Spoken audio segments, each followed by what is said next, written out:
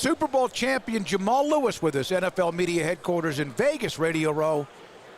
Here with Paul Catalina, I'm David Smoke, 365 Sports. Does this week, because of what it meant to you, still kind of give you goosebumps every time it comes back around or not? Oh, yeah, man. It's just one of them things where you played in the big dance, you won the big dance, and it's, it's just good to get around and see a lot of the former players and current players and you guys and just everybody that, I've seen over the years. And, it's almost like this is the big conference, for the NFL. So it's good to be back and see a lot of old and new faces.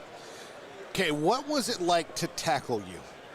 I tried to make it a bad experience. I tried to, but it was my dad always told me, hit them before they hit you. So that's how I always approach the game. What was the instincts, balance, inner core, vision? What of those in order were you best at as a running back? Vision. My vision, I don't know. Vision, I think, was everything as far as being able to see it before it happened, being able to have good peripheral, being able to feel it, versus even seeing it. We always had a thing, you see this, but you feel that. Mm-hmm. So it's being able to have those that run instinctively and use that vision. That was my biggest asset, I think, of my game, outside of being able to run with good power and have speed to hit the home run when needed. What were the practices like with that defense that was so good and physical? Is it, that you hear stories about how when the Dream Team practiced, that was the best basketball game of all time. Right. Not any of the other things you saw, but you guys were so good up front on both sides of the ball. And, of course, you've got Ray Lewis over there that, you're practicing. This is before they, shaved it down to what it is now. I mean, I'm sure you walk through practices and think, what are they doing? But what was that like? Man, it was honestly coming in as a rookie my first year. I didn't really know a lot of these guys, but you had to bring your lunch pail, you know what I'm saying, when it was time to go. And the coaches knew it, They didn't want me going up against Ray Lewis, every play and all the time, right? But you did have to get at least 3 or 4 plays in, right? And, it was just one of them things where, you was going up against the best. You had to approach it, approach them like the best. And then when you got in the game, it was like, hey, look, man, we've done this. We've been there, done that. I'm not playing against anybody on this field that's better than Ray Lewis or Rod Woodson or some of these guys I got to go up against in practice every week. Jamal, you had the great rookie year, and that also won the Super Bowl. After that, did you think, then this is pretty easy? Oh, yeah. I said, this is it? I got this figured out. Mm-hmm. But, there's a lot that go into it from an organizational standpoint. There's a lot that goes into it from just the dynamics of the team, who's getting paid, who's coming up for contract, who's trying to get more playing time, who's battling for positions. So, in order to go to a Super Bowl, win a Super Bowl, things have to go right when you win a championship. And those things have to all fall in place the right way. Who do you think was the most underappreciated member of that Ravens team? Trent Dilfer. Mm-hmm. I think Trent Dilfer. Trent was he just didn't get the respect that he should have gotten. That just because of his past, or whatever. But I can tell you one thing: when he came into the huddle after we benched Tony Banks, I knew that it was going to be a change and it was going to be different. Because he came in the game, he said, "Hey boys, let's go win this game." Where is this? But that's the veteran that he was, and hey, he came in, didn't make any mistakes. He knew what we needed to do to win, and I just don't think he got that credit. Well, the thing, I'm interested to hear and glad to hear you say that, because if anybody could have done it with your defense, then you would have had to bench Tony Banks, would you? Right, yeah. It was, I think that, it was just we wasn't able to get the offense going the way that Billick really wanted it to. And I don't think that he thought that we was going to be this team that was running the ball as much as we were and not throwing it downfield as much as we didn't, right? So it was something in that a head coach had to go in and change his dynamic. He had to go in and change his approach on this whole season, because now we got to hand the ball off. We got to play good defense, and we got to make the least mistakes we can at throwing the ball and get it to Shannon Sharp. Like, that was, as a head coach, that's a offensive guru. Like, you have to bow down to this. Like, this is, that was just a change, but it was change for the better, and I think that had a lot to do with us going on to go and win a Super Bowl. You played at Tennessee, had a great start there. Injuries took over. They've been in the news lately with the state of Tennessee suing the NCAA, and the NCAA going at them. Had the nice year 2 years ago with Heupel. Last year a step back, but your thoughts about where the Vols are? Man, I like where they at. Heupel, he's doing a great job. We're bringing in some good recruits, just building on the program, because we had, a decade, if not longer, of just not doing good, and the organization and that school and that program is much bigger than that, and we should be a player every year, So I think they're bringing that back. They're bringing that back, and I think they got the right people in there and putting the right pieces to the equation on the field. That's what it's all about. Mind, body, and what depression has meant for a lot of people that never are they embarrassed to reach out? Is it hard to reach out? You, mind body optimization, Jamal Lewis with us on this. Randy Grimes was on it with us earlier.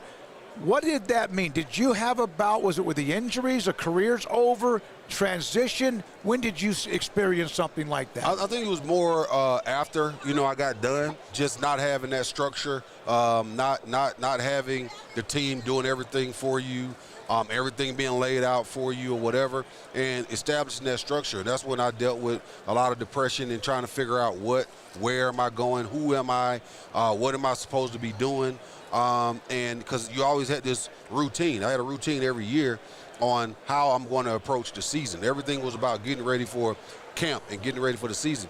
But then when that's over with, that's done, the lights are out, the fans are gone.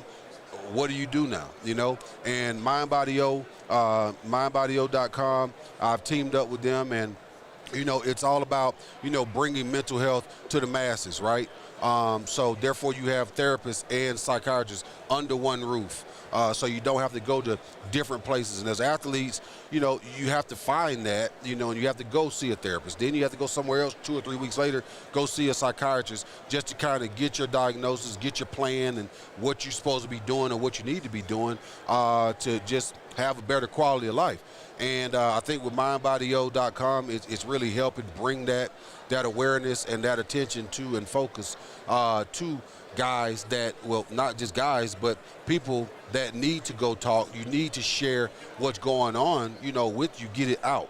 I think the numbers were, 4% or men are more likely. Four times more right, likely to commit suicide than women. And that's because of just the state of who we are as men. You're taking care of the home, you're taking care of everything, and you never want to see anybody see you sweat, right? Let anybody see you sweat. And I think that here's where it's okay not to be okay, right? So, let that out, talk to somebody. And MindBodyO is trying to bring that, bring that awareness, to everybody. I would be remiss, Smokey, if I did not ask Jamal about one of the hardest days of my life, the 1998 Fiesta Bowl. As a Florida He's an State FSU guy. He's wearing the garnet right now. As a Florida State alum, it was my freshman year.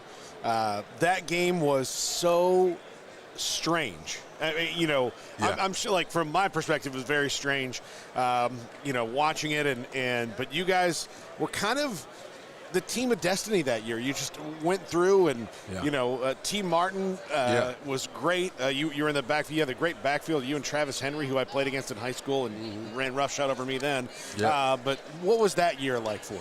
Man, it was one of those things where Peyton was gone, and you just didn't know.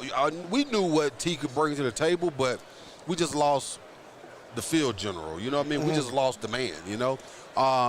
And honestly, I knew what I had to do, and that was kind of take the pressure and take the load off of the quarterback. So I did my part and just trying to run hard and make that happen. But after that, I think I ended up getting injured about the 4th game of the season, and you could just tell everybody just pulled together. You know, pulled together, rallied behind T, and it was just game after game after game.